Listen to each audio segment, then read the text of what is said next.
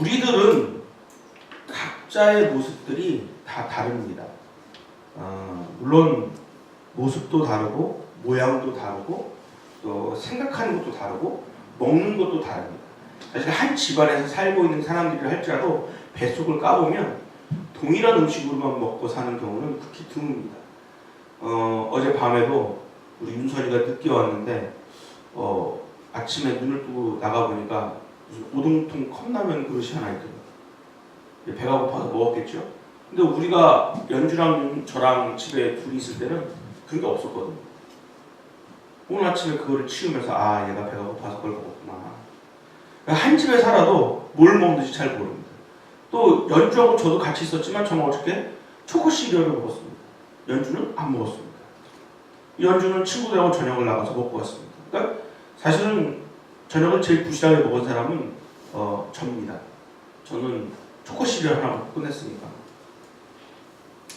뭐 그렇다고 해서 제가 나 밥을 안 챙겨줬으니까 기분 나쁘다 이런 얘기를 하려고 지금 얘기를 하는 게 아니라 우리가 한 곳에 있고 한 장소에 있고 한 어떤 바운더리 안에서 같이 살고 생활한다 해서 그 모든 사람들이 똑같은 생각과 똑같은 마음과 똑같은 모습과 똑같은 행동을 하고 있다고 할지라도 그것은 똑같은 것이 아니라는 거죠. 교회는 사람들이 모여있는 집단이죠. 왜 집단이라고 말할 수밖에 없냐면 이게 단체라고 말할 수 있는 내용이 아니에요. 교회는요 언제든지 흩어질 수 있어요. 교회는 언제든지 새로 세워질 수가 있어요. 교회가 큰 교회에서 몇천 년, 몇만 년이 있던 교회에서 갑자기 교회 목사님들이나 교회 어떤 내부적인 문제에 의해 교회에 분란이 일어나면 거기서 몇백 명, 몇천 명이 되는 성도들이 나와서 새롭게 교회를 만드는 경우가 있잖아요. 그래서 이건 단체라고 말하는 것보다는 집단이라고 말하는 것이 어찌 보면 더 정확한 말이 될 수도 있어요. 그런데 중요한 건 다른 집단에 비해서 교회라는 이름의 집단은 각자의 생각이 너무나 다양하다는 거예요. 아니 목사님 아까 얘기할 때 다양하다고 그랬는데 굳이 또 다양하다는 얘기를 또 하십니까? 네. 왜 다양하다고 말하냐면 그것이 오늘 우리가 읽은 성경 본문에서 하나님이 우리를 만드신 모습과 동일하다는 거예요. 오늘 사도 바울은 로마에 있는 교회 교인들에게 또 로마에 있는 이스라엘에서 디아스포라된 이스라엘에서 나와서 로마에 살고 있는 유대인들에게 이 메시지를 전하고 있습니다.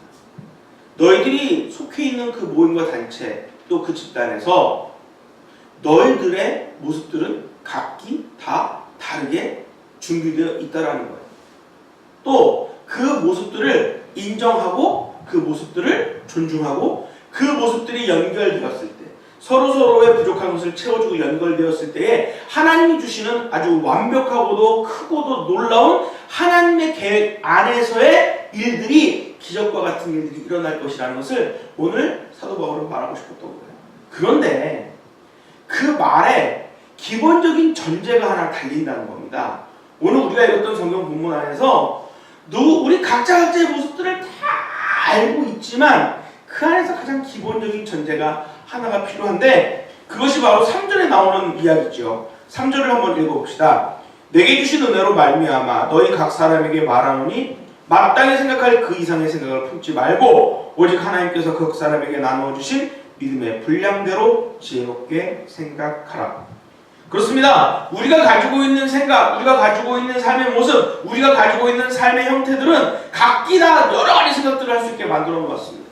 그런데 오늘 사도 바울은 이 로마서의 말씀을 통해서 뭐라고 얘기하냐면 너희들이 생각은 할 수 있으나 그 생각을 하나님이 주신 믿음의 분량 이상의 것으로 하지 말라는 거예요. 여러분 우리가 죄를 지을 때 뭐 때문에 죄를 집니까?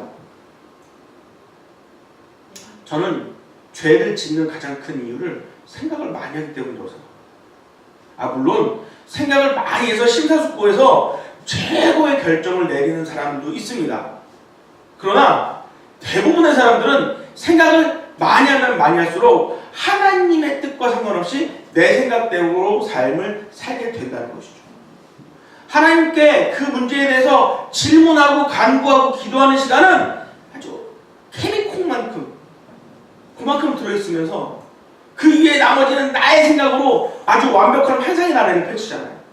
그리고 그 환상의 나라를 막 펼쳐놓고 이건 이렇게 될 거고 저건 저렇게 될 거고 이렇게 돼서 이렇게 될 거야 라고 본인이 먼저 결정을 내려버리고 그 결정대로 되어지는 모습을 보면 그거 봐! 내가 생각하는 게 맞지! 라고 결론 내리고 치부해버리고 잘라버리고 없애버리고.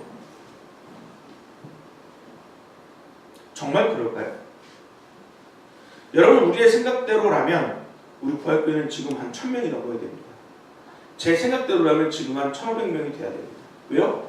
아니 지금 이 세대에서 부흥을 할 수 있는 교회를 함께 만들어달라고 강구했으니까 하나님이 우리 교회의 주인이신데 여기저기 뭐 흩어져 있는 많은 사람들 데려다가 여기서 예배 드릴 수 있도록 하나님이 사람을 채우고 1000명?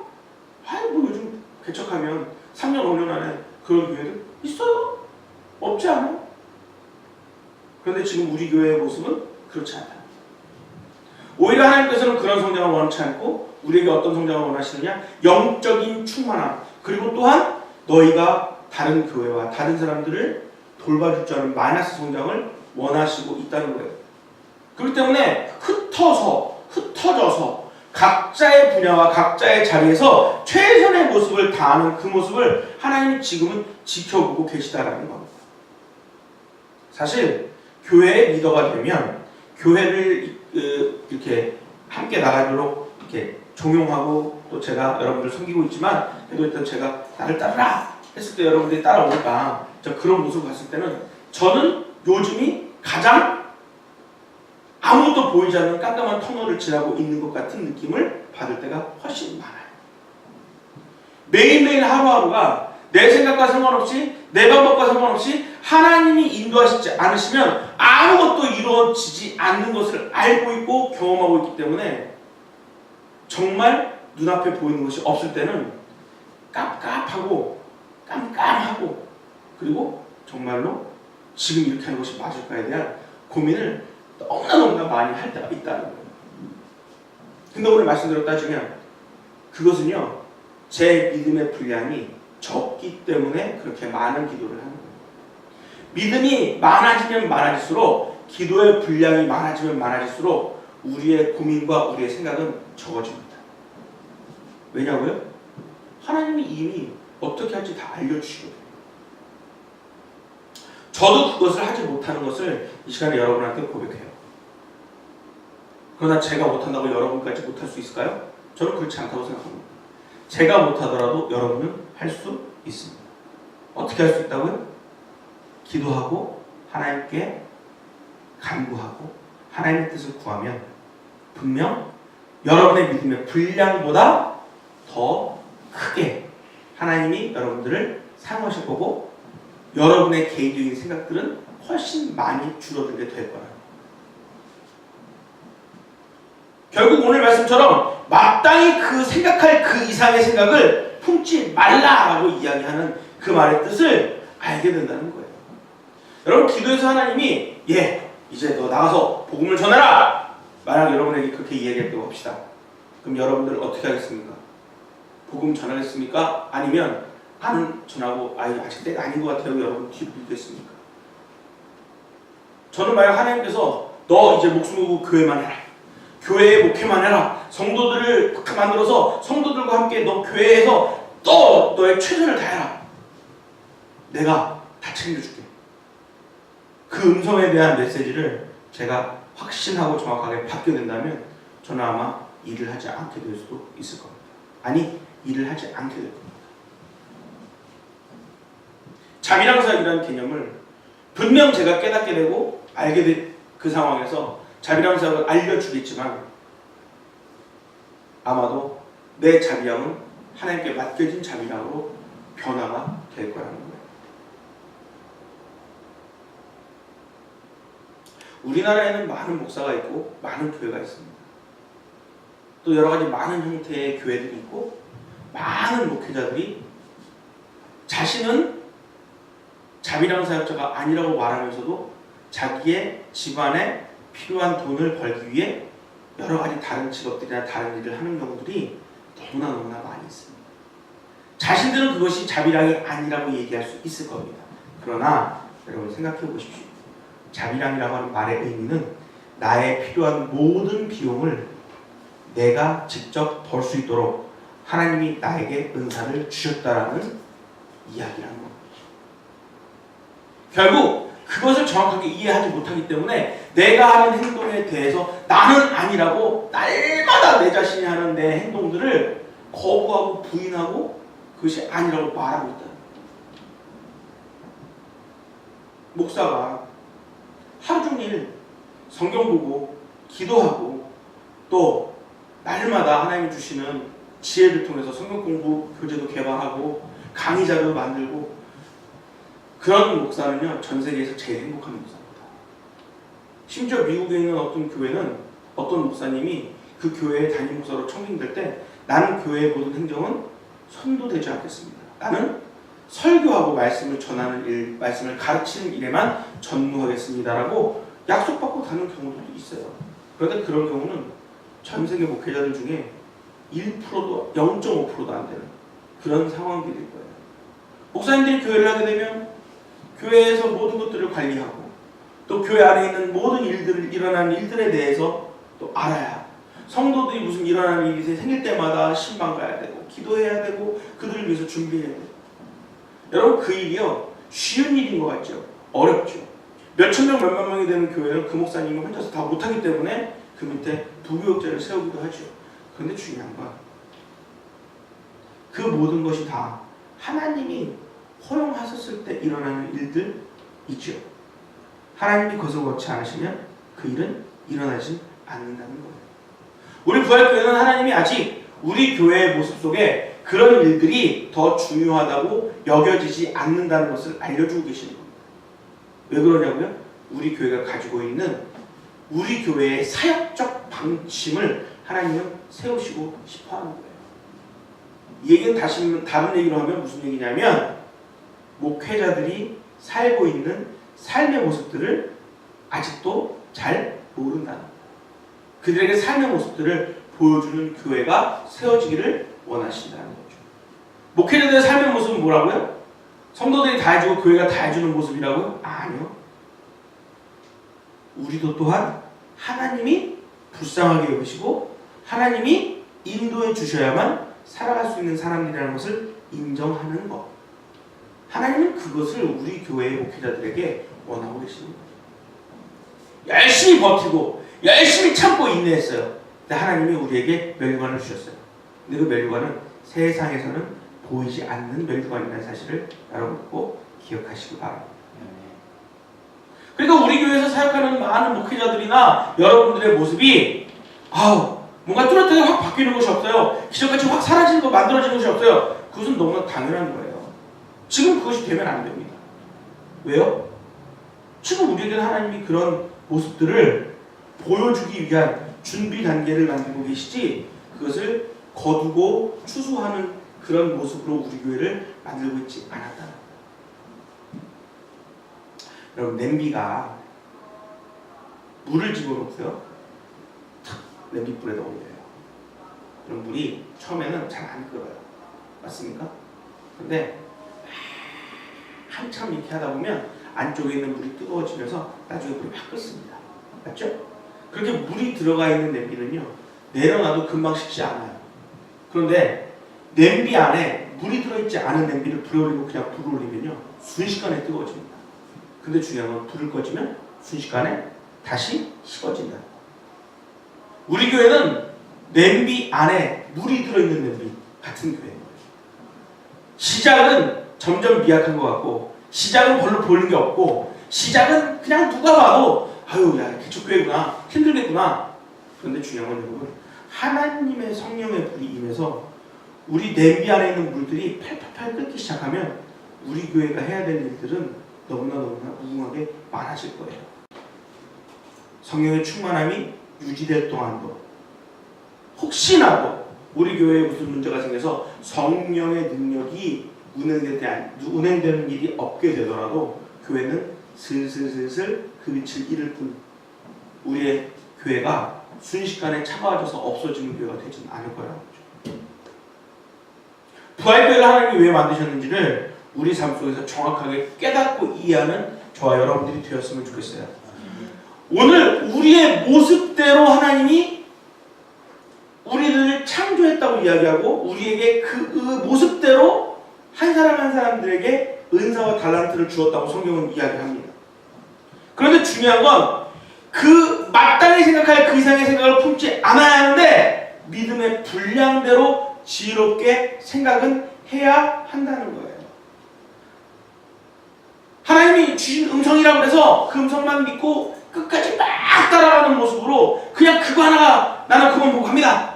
하나님이 그것을 기뻐하시는 것이 아니라 하나님의 음성이 들린다고 내가 느껴졌을지라도 내 믿음의 분량대로 지혜롭게 그것이 맞는지를 확인하고 그것이 하나님의 뜻이 맞는지를 한 번 더 점검하고 내 삶 속에서 그 하나님의 음성을 지혜롭게 헤쳐나갈 수 있는 자가 되는 것이 오늘 성경 말씀에서는 사도 바울은 하나님께서 그것을 원하신다고 이야기하고 있다.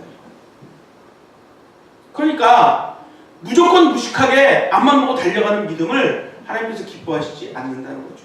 여러분 무식하게 앞만 보고 달려가는 믿음은요. 간혹 아니 종종이라고 말할 수도 있어요. 대부분의 사람들이 결국에는 무지함에 빠지고 앞뒤가 막히는 자리에 가게 돼요. 내가 더 이상 어디로 빠져나갈 수 없는 공간에 내 자신을 직접 집어넣는 그런 함정에 빠지는 일들이 비일비재하게 일어난다는 거죠. 저도 옛날에 그랬어요. 저도 그렇게 지혜로운 사람이 아니기 때문에 하나님 명대로 하라고 막 했어요. 막 앞만 보고 달렸어요. 근데 달리고 가다 보니까 내가 함정에 빠져있는 나를 발견할 때가 많았어요. 요즘은 뭔가 하나를 하려고 해도 생각을 많이 하게 돼요. 기도를 많이 하게 돼요. 함부로 하면 안 되겠다는 생각을 하게 돼요. 그런데 중요한 건 그러다가도 갑자기 뭐가 확 꽂히면 지금도 점검하지 않고 그냥 달려가요. 그러면 어떻게 될까요? 그 달려간 부분에서는 또다시 함정에 빠지게 돼요. 하나님은 우리가 그렇게 살기를 원치 않으신다는 거죠. 그래서 그렇게 살지 않기 위해서는 어떻게 되냐면 오늘 말씀의 4절부터 8절에 있는 각각 은사받은 사람들이 서로를 돌아볼 줄 알고 격려하는 모습으로 하나의 공동체로서의 삶을 사는 그런 모습이 필요하다는 거예요. 4절 봅시다. 우리가 한 몸에 많은 지체를 가졌으나 모든 지체가 같은 기능을 가진 것이 아니니. 결국 우리 교회가 한 몸이라고 치고 우리 교회에 있는 모든 공동체 여러분들이 우리가 부활교회라는 이름의 한 몸으로 모여있다면 우리 각자에게는 오늘 말씀대로 따지면 뭐라고요? 같은 기능을 갖고 있지 않다는 거예요. 저는 사실 전기에 대해서 되게 무서워합니다. 겉으로 그렇게 보이지 않지만 전기 코드 하나 만들 때마다 아주 저는 막 두꺼비 집 내리지 않으면 만지지 못해요. 근데 우리 김태현 집사님은 두꺼비 집 내리는 게 무슨 상관이야. 하나씩 막 만지고 막 어떨 때는 그 쓰고 있는 그 장비에서 불꽃이 튀어요. 근데도 이 정도쯤이야. 그럼 막 만져. 무섭죠. 아마 집사님도 무서울걸요. 하지만 그 정도쯤은 별게 아니다. 그 학습에 의해서 그럴 수도 있고 경험에 의해서 그럴 수도 있어요. 근데 중요한 건 우리 윤선이한테 전기 얘기하면 벌벌벌 떨걸요. 드다다다 떨거요. 아예 손도 못 대죠. 근데 윤선이한테 짜파구리 만드는 방법을 설명하고 막 입이 막 터져 기뻐라 즐거라고 얘기하거든요. 그렇죠? 저는 짜파구리 못 만들어요.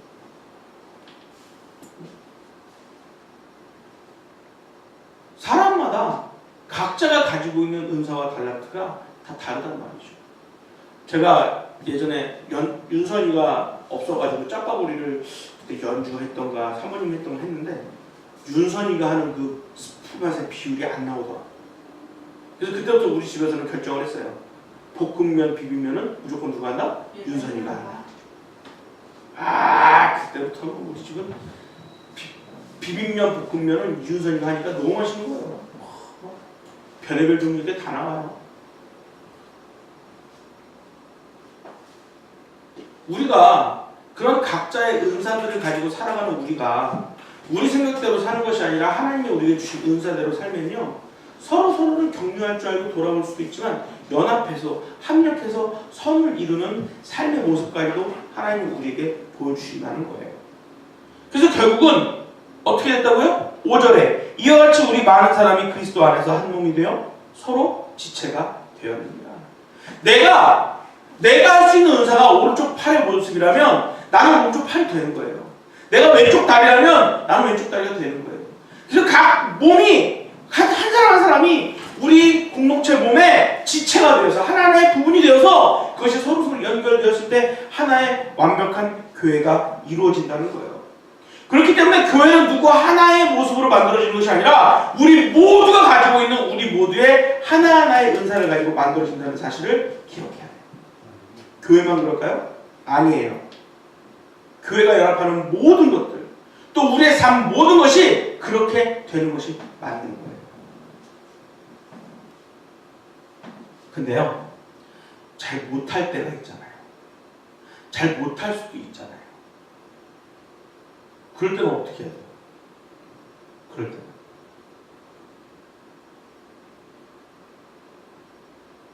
때는 어떻게 해야 된다고요? 성경에서는요, 그럴 때는요, 서로 권변하고 또 가르치기를 쉬하고 또 어떻게 하라고요? 그들을 사랑하고 보다듬어주고 품어주라. 그럼 가르치라는 거예요. 잘 모른다. 잘 못한다. 여러분, 이 모든 전제에서요, 이 모든 일들을 하기 위한 기본적인 전제가 하나 있는데 그 전제가 뭐냐면요, 욕심을 버리는 거예요. 욕심을 버리는 거예요. 근데요, 우리 인생에 욕심을 버리는 일이 제일 힘든 일인 것 같아요. 왜 욕심 버리는 일이 제일 힘드냐고요? 욕심이 우리 마음속에 날마다 잘 잡고 있거든요. 그냥 있는 게 아니라 막 잘 잡고 있어요. 누가 뭐라고 하지 않아도 욕심이 우리의 인생과 삶을 지배하고 있음을 알게 된다. 주일날 점심밥을 막 먹고 있는데 오늘 반찬이 너무 맛있어. 아, 나 또 먹어야 되겠다. 그런데 딱 보니까 그 반찬이 없는 거예요. 그러면 여러분, 에이, 그만 먹지. 이런 생각을 하는 사람이 많을까요? 아니면 아씨 좀 더 할 걸. 이런 생각을 하는 사람이 많을까요? 우리 교회 같은 경우는 아마 후자가 많을걸요? 아, 좀 더 하지. 좀 더 하지 뒤에는 뭐가 있죠? 그 안에는 뭐가 있는 거예요? 내가 아직 양이 안 찼다는 거예요. 내가 욕심을 부리고 있다는 거예요. 욕심 부리지 않아도 정말 맛있게 먹고 즐겁게 즐겼는데도 불구하고 우리는 아직도 내가 만족하지 못함에 욕심 부리고 있다는 거예요. 정말 하나님이 우리에게 기뻐하실 만한 사역들은요, 욕심 부리지 않는 사역이라는 것을 여러분 믿으시기 바랍니다. 욕심 부리는 사역은요, 결국 교회를 망하게 해요. 예전에 우리나라에 아주 유명한 선교를 잘하는 교회가 하나 있었습니다. 교회 건축도 했고 교회 건물도 아주 큰 건물을 갖고 있었어요. 제가 학부 때 있었던 일인데요. 2000년 중반쯤 됐죠. 그 교회가 선교사들을 많이 지원해주고 선교사들을 많이 후원하면서 선교를 너무 많이 잘했어요. 그러다 보니 무슨 문제가 생기냐, 교회 건물을 담보로 맡겨서 돈을 빌려서 선교를 했어요. 그 돈을 갚았을까요? 못 갚았을까요? 못 갚았어요. 결국 교회가 다른 교회에 넘어가 버렸어요. 그 교회에 있었던 성도들은 다 뿔뿔이 흩어졌어요. 우리 그때 우리 신학선교사에서 그런 얘기를 했어요. 하나님이 기뻐하실 만한 선교를 했는데 왜 교회가 저렇게 되었을까? 근데 그때는 몰랐는데 요즘 하나님이 저에게 알려주세요. 분수껏 해라. 너희가 할 수 있는 분량대로만 하라.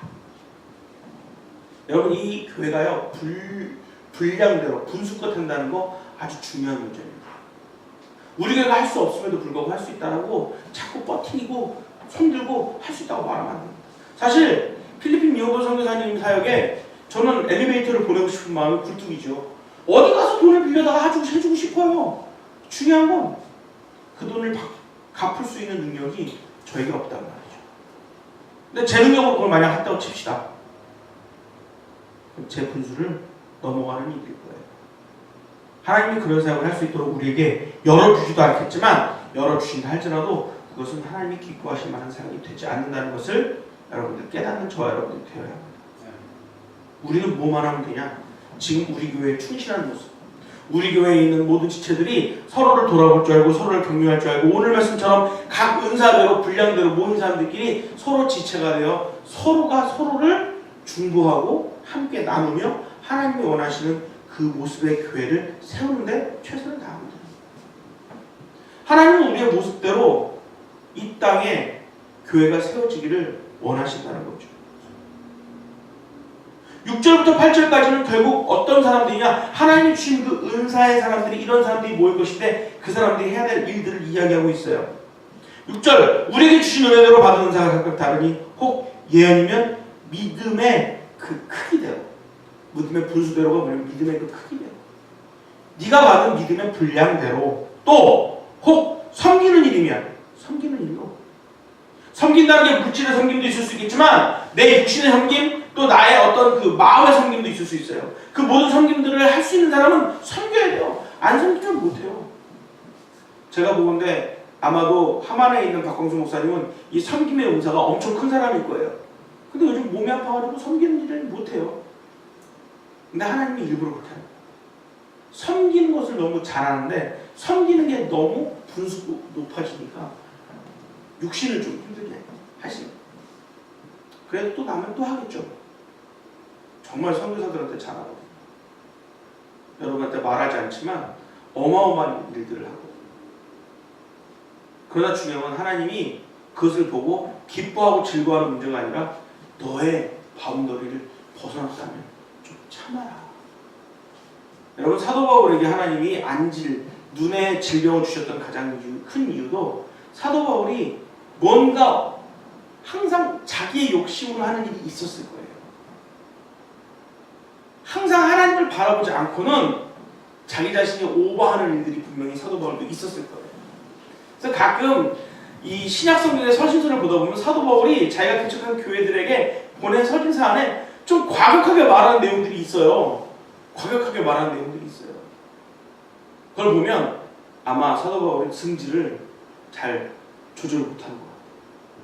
그러니까 하나님은 그런 부분들에서 항상 조절할 수 있는 뭔가 하나의 매개체를 남겨두는 거예요. 저도 그래요. 저도 가끔 하나님 기뻐하실 만한 일 안 하고 제가 또 제 생각대로 하다 보면 허리가 아플 때가 많아요.